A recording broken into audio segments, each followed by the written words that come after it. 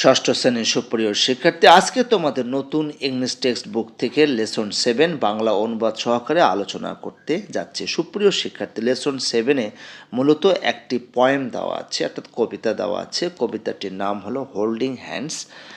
এর বাংলা অনুবাদ হলো হাত ধরা, কারণ আমরা জানি হোল্ড মানে ধরা, হ্যান্ডস মানে হাত। আর কবিতাটি লিখেছেন লিওনোর এমলিংক। Elephants walking. এলিফ্যান্টস মানে হচ্ছে হাতি, ওয়াকিং মানে হাঁটা, তার মানে হচ্ছে হাতিরা হাঁটছে। অ্যালং দ্য ট্রেলস, ট্রেলস মানে হচ্ছে পথ, তাহলে পথ ধরে অর্থাৎ পথ বরাবর হাঁটছে। আর হোল্ডিং হ্যান্ডস, তারা হাত ধরছে। বা হোল্ডিং টেলস, পেছনের লেজ ধরে। ট্রাঙ্কস অ্যান্ড টেলস, সুর আর লেস। আর হ্যান্ডি থিংস, হাতের কাজের জিনিস। হোয়েন এলিফ্যান্টস ওয়াক, যখন হাতিরা হাঁটে। ইন সার্কাস রিংস, সার্কাসের রিংয়ে। বন্ধুরা, তোমরা অবশ্যই বুঝতে পারছো যে এই হাতিগুলো আসলে সার্কাসে দেখানো হয়। তোমরা কি সবাই সার্কাস দেখেছো? সার্কাস যদি না দেখে থাকো, অবশ্যই সার্কাস দেখবে।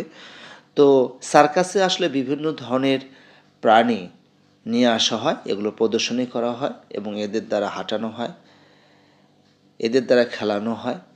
তো এই সার্কাসের রিংয়ে কিন্তু হাতিরা হাঁটছে। অ্যান্ড হোয়েন দে ওয়াক, আর যখন তারা হাঁটে, ইট নেভার ফেলস, এটা কখনো ব্যর্থ হয় না। অর্থাৎ যখন তারা সার্কাসের রিংয়ে হাঁটে, তখন তারা কখনো ব্যর্থ হয় না, মানে তারা কিন্তু খেলা প্রদর্শন করে থাকে। এবং যখন হাতিরা হাঁটে, তখন কিন্তু এখানে দে আর হোল্ডিং হ্যান্ডস, তারা হাত ধরছে।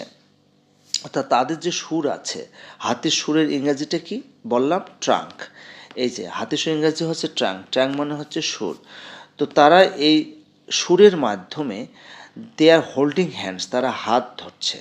অর্থাৎ যারা এখানে দর্শনার্থী আসে সার্কাসে, তাদের হাত ধরছে।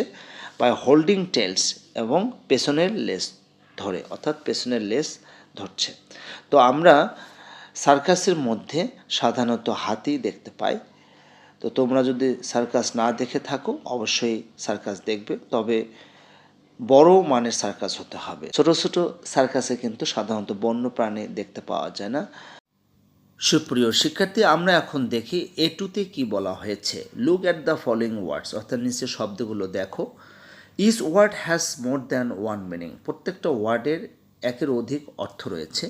The meaning in which word has been used in the poem is given, অর্থাৎ এই কবিতার মধ্যে শব্দটির যে অর্থ রয়েছে সে অর্থে ব্যবহার করা হয়েছে। অর্থাৎ যে অর্থে এখানে ব্যবহার করা হয়েছে সে অর্থটা এখানে দেওয়া হয়েছে। Can you think of any other meaning or meanings, অর্থাৎ এই শব্দগুলোর কি আলাদা কোনো অর্থ রয়েছে? যেমন ট্রাঙ্ক, ট্রাঙ্কে আমি অর্থ বলেছি সুর, অর্থাৎ হাতির নাক।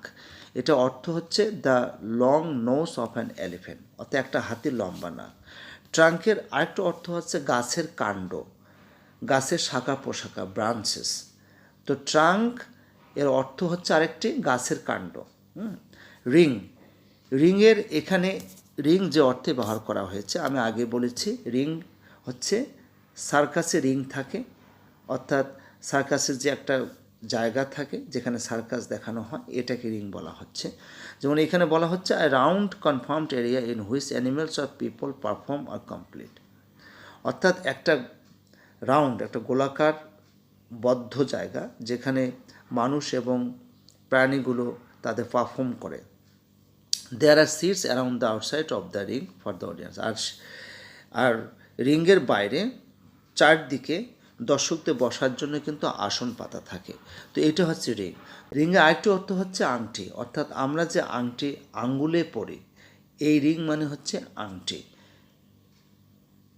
সুপ্রিয় শিক্ষার্থী, তোমরা অবশ্যই বুঝতে পেরেছ। আজকে এ পর্যন্তই, সবাই ভালো থাকবে।